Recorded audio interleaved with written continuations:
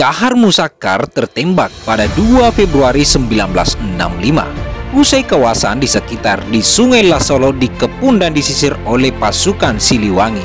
Sepeloton prajurit dari Siliwangi dan bawah komando pembantu Letnan 1 Umar ditugaskan mencari posisi Kahar Muzakkar pada tanggal 27 Januari 1965.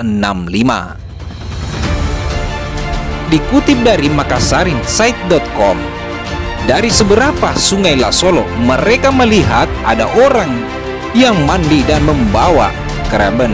Peloton Umar kemudian berkesimpulan, tak jauh dari situ terdapat perkebunan musuh. Gerombolan tiba-tiba pada pukul 16.30 2 Februari 1965 terdengarlah sayup-sayup lagu terenang masa lampau dari sebuah radio yang dipancarkan dari Radio Malaysia Kuala Lumpur menurut buku yang tertulis tersebut.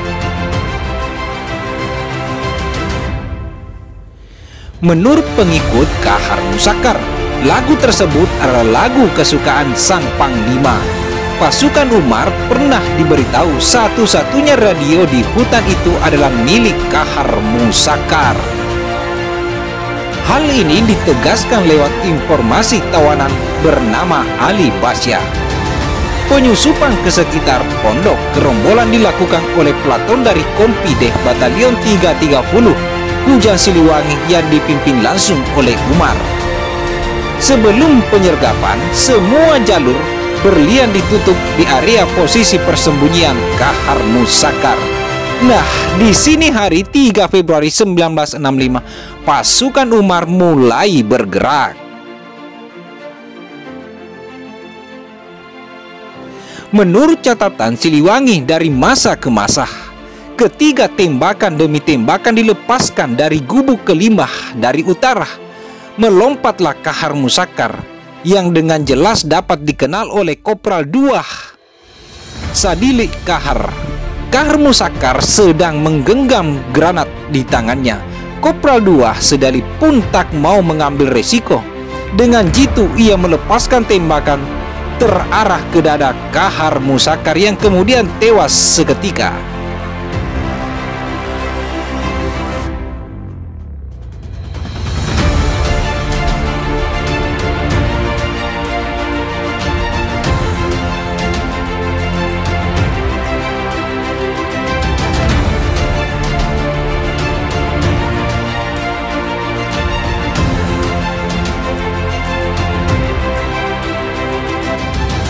Kabar kematian Kahar sampai ke Jakarta agak telat karena lokasi baku tembak sulit dijangkau. Jenazahnya kemudian dibawa ke Makassar. Panglima militer di Makassar, Kolonel Muhammad Yusuf, memberikan kesempatan seluas-luasnya kepada masyarakat untuk menyaksikan jenazah itu dan memastikan sendiri bahwa yang mati benar-benarlah Kahar Muzakkar.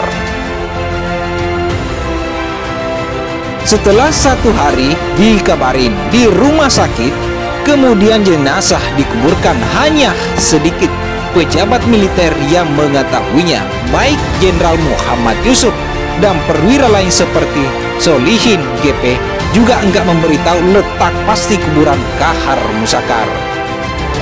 Nah guys, sebelum kita melanjutkan, Jenderal Muhammad Yusuf merahasiakan makam Kahar Muzakkar. Seyogia pemirsa yang budiman yang dirahmati oleh Allah, agar memberikan dukungan channel kami dengan cara subscribe sehingga tidak ketinggalan info-info berikutnya. Jangan lupa nyalakan loncengnya.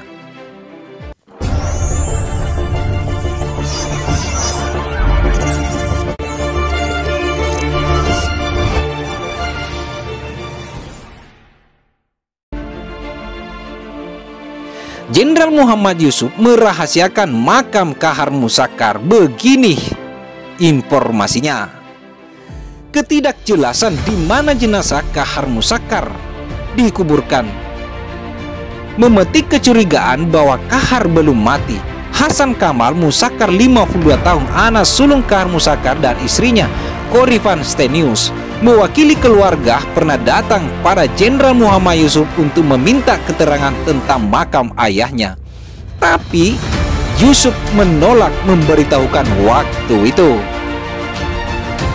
Lalu salah satu tokoh reformasi, A.M. Fatwa, yang masih terbilang kerabat dari beliau, secara khusus datang ke kediaman Jenderal Muhammad Yusuf di Makassar beberapa waktu sebelum meninggal.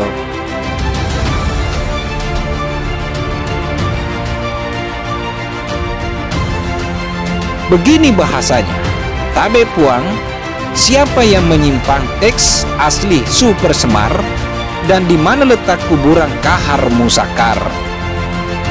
Jenderal Muhammad Yusuf tidak menjawab pertanyaan-pertanyaan itu. Lalu Jenderal Muhammad Yusuf beralasan, apabila letak kuburan Kahar Musakar diketahui masyarakat, makamnya akan disembah dan dikeramatkan. Itu syirik, kata Jenderal Muhammad Yusuf.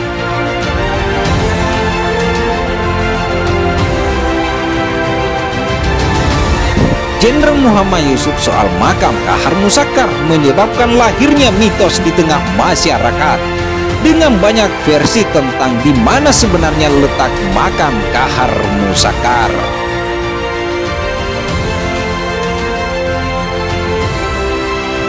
Salah satu versi menyebutkan berdasarkan sumber intelijen di TNI Angkatan Darat, ketiga jenazah dibawa ke Jakarta.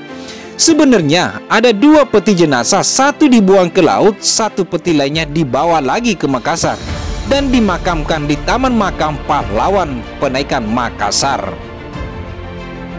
Ini menyebabkan sebuah kuburan tak bernama di sebelah kiri gerbang Taman Makam Pahlawan tersebut dianggap sebagai kuburan Kahar Musakar. Namun versi lain menyebutkan jenazah dikuburkannya di kilometer 1 Jalan Raya Kendari. Manakah yang benar? Wallahu alam. Nah, itulah tadi guys, salah satu alasan Jenderal Muhammad Yusuf menyembunyikan keberadaan Kahar Musakar karena takut ada pendapat atau ada masyarakat menganggap perlu disembah atau menjadi penyembahan, dan tentu itu akan membawa musyrik dan syirik. Mudah-mudahan apa yang kami informasikan dapat bermanfaat. Kami dari Faktual News izin pamit undur diri. Sekian dan terima kasih. Wabillahi taufiq wal hidayah. Wassalamualaikum warahmatullahi wabarakatuh.